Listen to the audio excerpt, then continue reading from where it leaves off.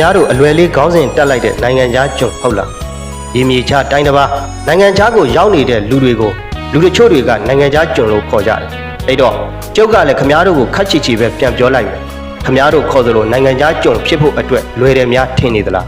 နှုတ်ပြချင်းတွေငွေနဲ့လဲရတယ်အချိန်တွေကိုစောင့်ရတယ်အသက်တွေကိုရင်းရတယ်တချို့သောဘဝတွေဆိုရင်အသွားပဲရှိတယ်အပြန်ဆိုတာမရှိကြဘူးဘဝရဲ့ပျော်ရွှင်မှုတွေကိုသတိရတယ်မိမရှိဖမရှိဆွေမျိုးမရှိတဲ့ဒဇိမ့်တွေကြားမှာနေရတဲ့ဇာချိရတယ်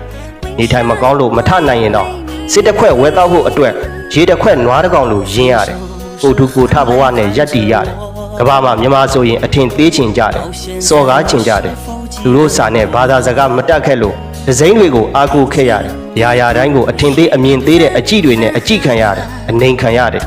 မိသားစုအတွက်ရည်ရွယ်ချက်တစ်ခုနဲ့ရာတိုင်းကိုတီးခံပြီးနေခဲ့ရတယ်စိတ်ကသာငကားလူကသာရင်မွေးလို့အချိန်တွေအများကြီးရင်းခဲ့ရတယ်လစာရဖို့အတွက်လေးပျော်ရွှင်ဖို့အတွက်လပေါင်းများစွာရင်းခဲ့ရတယ်ဖြစ်တယ်လို့စားပြီးအရာကိုတီးခံခဲ့ရတယ်လက်ထဲမှာငွေရှိနေရင်တော့သူတို့စာနဲ့ဘာသာစကားအခက်တွေကြောင့်အငတ်နေခဲ့ရတဲ့အချိန်တွေအများကြီးရှိခဲ့တယ်အများတို့ခေါ်နေတဲ့နိုင်ငံခြားကျွန်ဆိုတာသူများထက်ပိုကြိုးစားရတယ်သူများထက်ပိုတီးခံရတယ်သူများထက်ပိုပြီးစွန့်လို့စွန့်စားရတယ်ဒီလိုဇာနဲ့တတ္တိတွေမရှိရင်ခမားတို့ခေါ်တဲ့နိုင်ငံခြားကျွန်ဖြစ်ခွင့်မရှိသလိုလူတချို့တွေလိုအနိုင်ကျင့်နှိပ်စက်ခေါင်းပုံဖြတ်တဲ့အထဲမှာသခင်လို့ခံယူထားတဲ့ကျုပ်တို့တွေမပါဘူး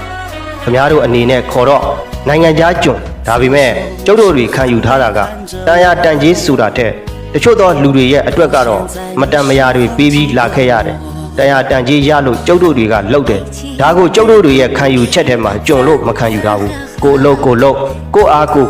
ရေမြေချတိုင်းတစ်ပါးကနေစူးစမ်းနေတဲ့လူတွေကိုကျုံဆိုတဲ့စကားလုံးခမားတို့မို့လို့သုံးရက်တယ်ခမားတို့ခေါ်တဲ့ကျုံဆိုတာပေးတာယူကျွေးတာစားခိုင်းတာလို့ခံမပြောနဲ့ဆိုတဲ့အရာတွေကိုကျုံလို့ခေါ်တာဖြစ်တယ်ရေမြေချတိုင်းတစ်ပါးမှာရောက်နေတဲ့ကျုပ်တို့လိုဘဝတူတွေရဲ့ရင်ထဲမှာခံယူထားတာကအရာတိုင်းကိုတရားတန်ရေးရနေသည့်အတွက်ကြောင့်အမြဲတမ်းကျုပ်တို့တွေကသခင်ပဲ曾经相爱过，轻轻往